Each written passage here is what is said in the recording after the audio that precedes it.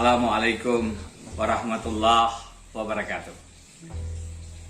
Mengawali surat terbuka ini, izinkan saya mengutip H.S. Cokro Aminoto dalam bukunya Cokro Aminoto Hidup dan Perjuangan, penerbit Bulan Bintang tahun 1952. Cokro Aminoto mengatakan, tidak bisa manusia menjadi utama yang sesungguh-sungguhnya. Tidak bisa manusia menjadi besar dan mulia dalam arti kata yang sebenarnya. Tidak bisa ia menjadi berani dalam keberanian yang suci dan utama kalau ada banyak barang yang ditakuti dan disembahnya. Keutamaan, kebesaran, kemuliaan, dan keberanian yang sedemikian itu hanya bisa tercapai karena tauhid saja. Tegasnya, menetapkan lahir batin tidak ada sembahan melainkan Allah saja. Proses pemilihan Gubernur Kalimantan Selatan 2020 sudah selesai dengan putusan Mahkamah Konstitusi hari Jumat 30 Juli 2021. Putusan MK tersebut, meskipun tidak kami setujui, tetap harus dihormati sebagai putusan yang terakhir dan mengikat. Final and binding decision. Untuk itu, ujung perjuangan kami sudah sampai. Dan saatnya untuk melakukan refleksi dan kontemplasi.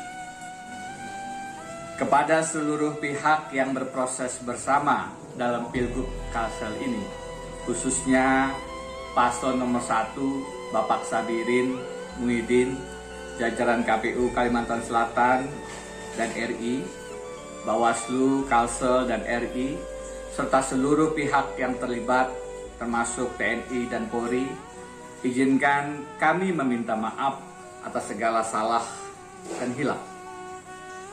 Tidak ada niat sedikit pun untuk melukai perasaan siapapun. Semua yang kami lakukan dan ucapkan murni didasarkan pada fakta dan keinginan tulus untuk menghadirkan informasi terbaik kepada pemilih, dengan tetap didasari cara berpolitik yang sehat dan terhormat.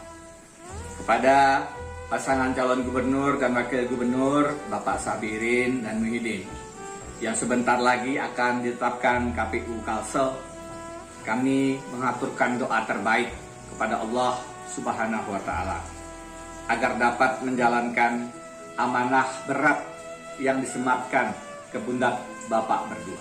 Karena bagaimanapun, pikiran dan tindakan bapak-bapak akan menentukan baik buruknya nasib Banua dan rakyat Kalimantan Selatan 3 tahun ke depan. Pada kesempatan ini, izinkan saya menyampaikan pesan dan renungan yang lebih luas. Tidak lagi semata soal Pilgub Kalsel 2020 yang telah selesai. Karena bagaimanapun, dalam proses panjang hampir 2 tahun ini, tentu sangat banyak pelajaran yang dapat kita petik bersama dan ambil hikmahnya. Khususnya bagi perbaikan kehidupan berpolitik dan bermasyarakat di bumi Lambung Mangkurat dan bahkan Indonesia. Refleksi ini sama sekali bukan untuk mengkritik siapa-siapa, tetapi lebih kepada pembelajaran kita bersama dan otokritik kepada diri kita sendiri, utamanya saya pribadi yang pasti tidak sempurna, banyak kesalahan dan kekurangan serta kehilafan. Duitokrasi telah membunuh demokrasi kita. Itu judul presentasi saya di Melbourne Law School, Australia. Duitokrasi kills Indonesian democracy. Itulah tantangan keadaban kita sekarang. Dan masih perlu nafas panjang entah sampai kapan. Pemilu bukanlah bagaimana kandidat menyampaikan program yang menyejahterakan, tetapi berganti dengan transaksi jual beli suara. Akhirnya muncul pernyataan, lebih baik menang curang daripada kalah terhormat. Ironis, menyedihkan. Politik uang dilakukan dengan riang gembira, tanpa kaku, tanpa malu. Anti suap fasih dilafazkan dalam majelis pengajian, sekaligus secara sukacita dan terang benderang dipraktekkan dengan berbagai dalih pembenaran. Tanpa takut dosa, seolah tidak beragama. Pemilu sebagai pesta rakyat berubah menjadi pesta koruptor. Dolat rakyat, demokrasi, dikalahkan oleh dolat uang, duitokrasi. Namun, alhamdulillah, kita di Banua bisa menunjukkan kepada Indonesia, bahkan dunia, politik pemilihan gubernur 2020 bisa dijalankan dengan penuh etika, tanpa jual beli suara, kada berdustaan, kada berduitan.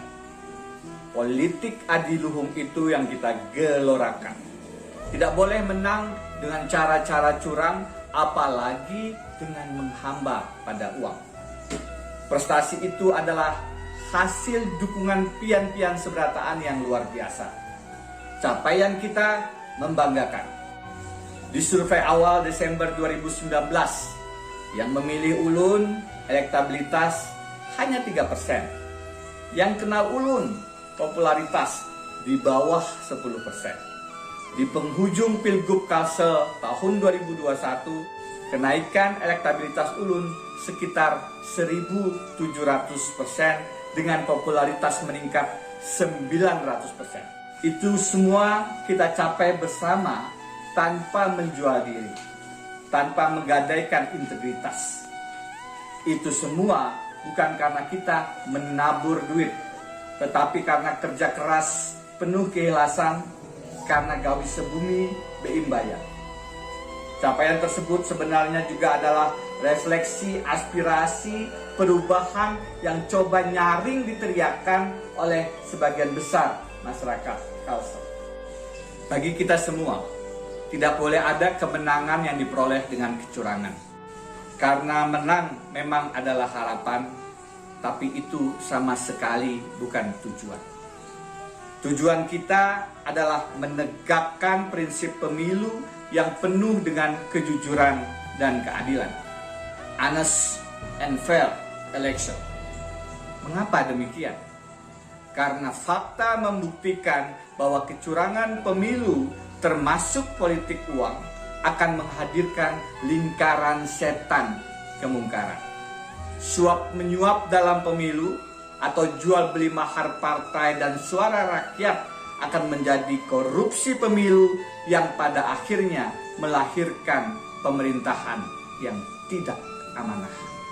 Singkatnya, korupsi pemilu akan melahirkan korupsi pemerintahan.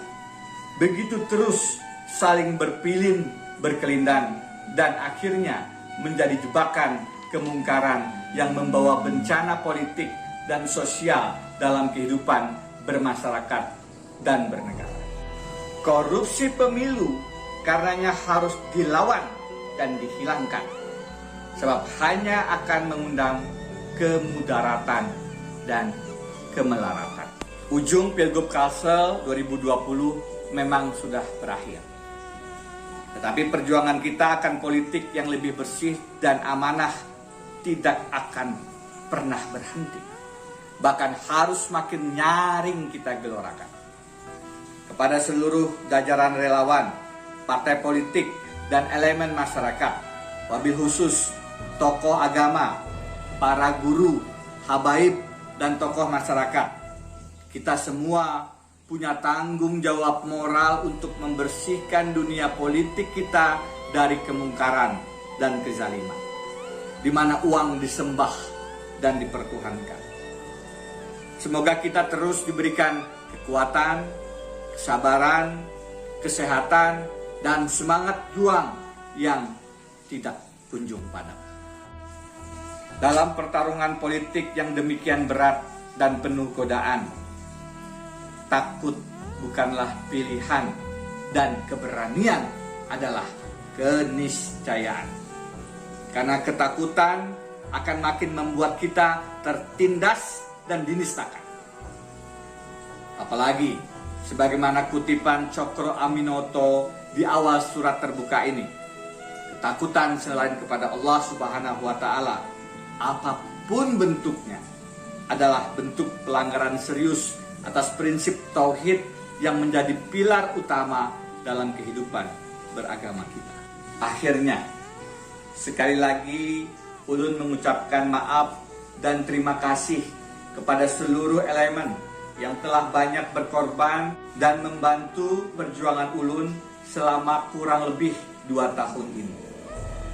Tetes peluh dan air mata kita insya Allah akan menjadi pahala yang dikenang dan dicatat sebagai perjuangan indah untuk benua kita yang tercinta, yang tidak boleh terus dijajah dan dijarah oleh nafsu keserakahan dan kezaliman.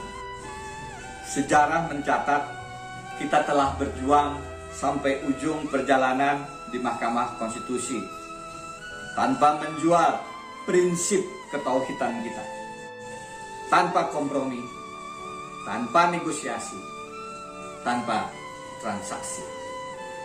Amanah suara pian-pian kepada kami sudah kami perjuangkan hingga titik peluh penghabisan dan ditutup dengan penuh kebanggaan. Karena itu, Dang Sanak Kalimantan Selatan Seberataan, ke depan kita akan terus berjuang tanpa henti bagi Kalsel yang lebih adil dan sejahtera. Ulun insya Allah akan terus hadir dan berjuang beimbayan lawan pian semuaan sampai akhir hayat di kandung badan. Kisah Pilgub Kalsel 2020 memang telah usai, sudah selesai. Kita sudah menutupnya dengan cerita indah, dengan catatan terhormat, dengan kepala tegak penuh hikmat kebijaksanaan. Yang pasti, tidak akan pernah ada kekalahan dalam perjuangan melawan kebatilan. Karena sebagaimana disampaikan Imam Ahmad bin Hambal, kemenangan adalah saat kita tetap dalam kebenaran. Wallahu alam bishawab. Ulun Haji Deni. Assalamualaikum warahmatullahi wabarakatuh.